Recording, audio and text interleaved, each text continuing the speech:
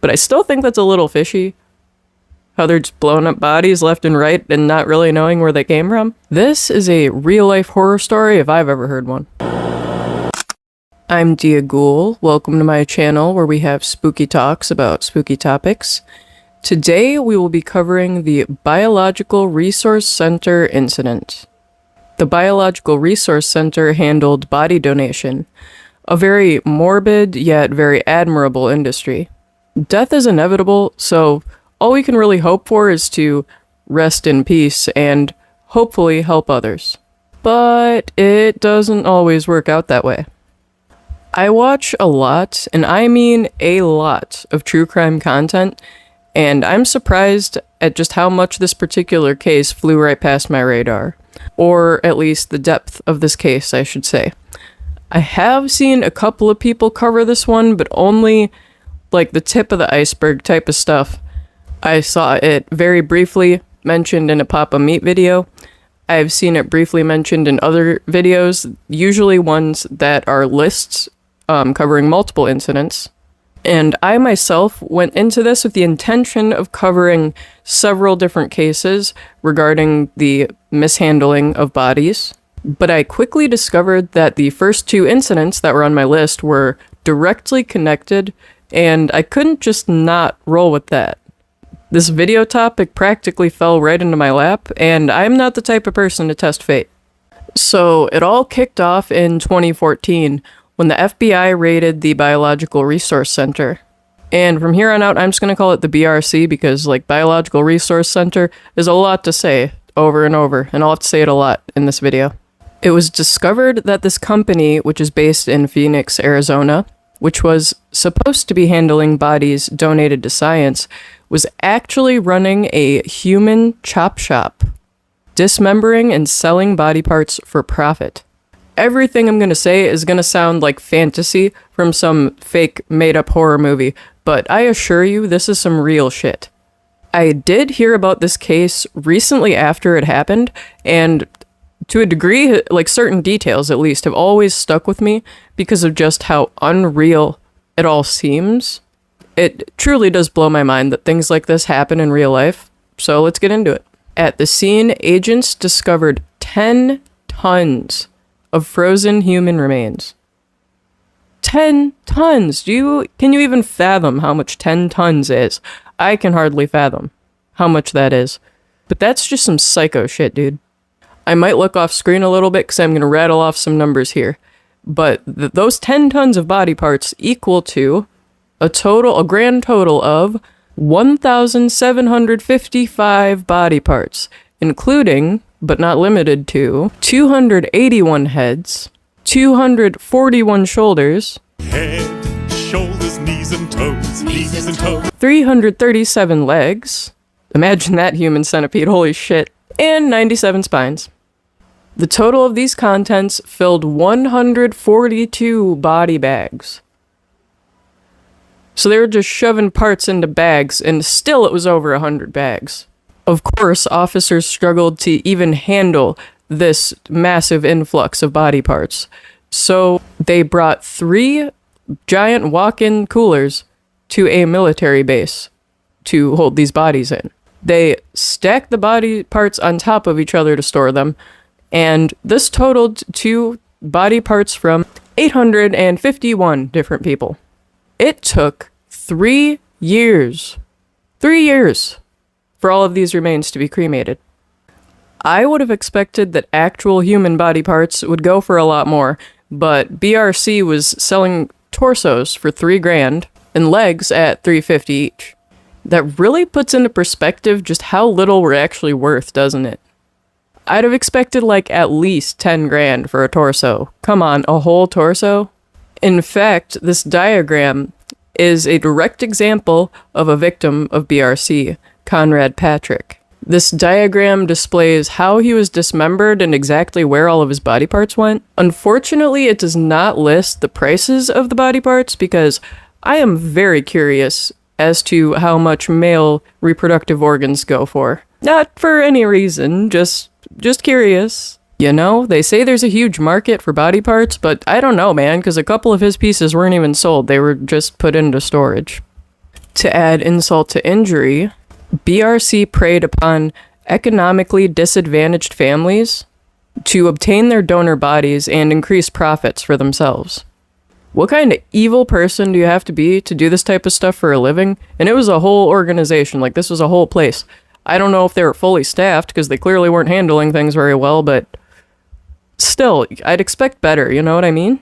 Not only were they selling these body parts to medical schools and medical facilities, as you'd expect, but they were also selling body parts to the U.S. Army for military testing.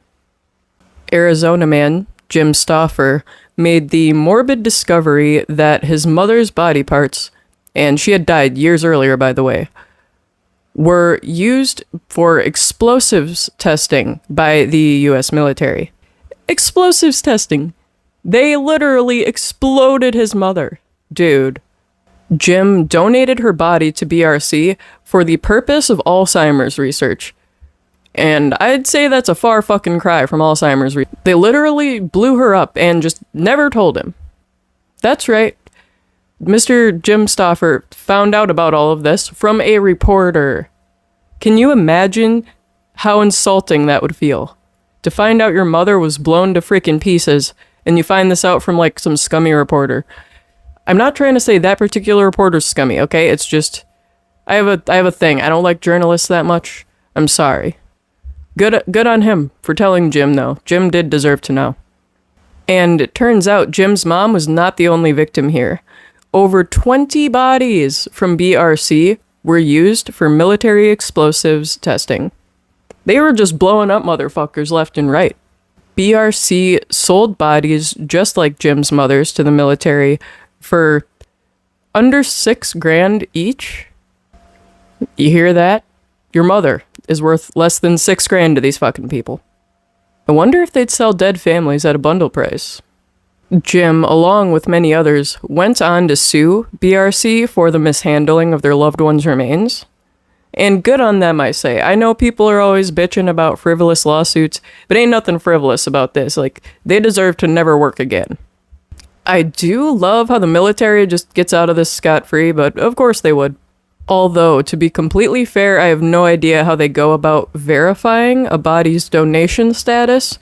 So maybe the BRC just fudged some paperwork and it's not on the military at all. But I still think that's a little fishy. How they're just blowing up bodies left and right and not really knowing where they came from. As we can see from cases like these, the body trade is a horrifyingly unregulated industry. Like, shockingly so. Alright, we know the numbers, we know where the body parts are going. But what did detectives actually find during this 2014 raid? I hate to sound cliche, but it really is the stuff of nightmares. Officers on scene ended up deeply traumatized by what they saw, and the level of gore easily outnumbers what most of them will ever encounter in their careers. At the scene, they found piles of body parts, with no way to identify which parts belong to whom. There were buckets full of heads, arms, and legs. One officer said that he saw male torsos without any genitalia, only to later find a cooler filled with male genitalia. Well, that's one mystery solved. But the most chilling detail of this case, the most horror movie type of shit that I've ever heard of in real life, was when they found a Frankenstein-esque conglomerate of body parts sewn together. A large torso with its head removed and a much smaller head sewn into its place. What the fuck, guys? Is this real life? Is this real life? I'm not even religious, okay? But that's got to be a crime against God. Safe to say, this place is shut down for good now. In fact, when I was looking up Biological Resource Center on Google, I saw that it had a listing and it's listed as permanently closed. I can't lie, I had a pretty good laugh when I saw that. Like, I know a lot of the stuff on Google is outdated, but come on. Then I saw that I had a 1-star rating. And I just decided to look at the reviews just for funsies.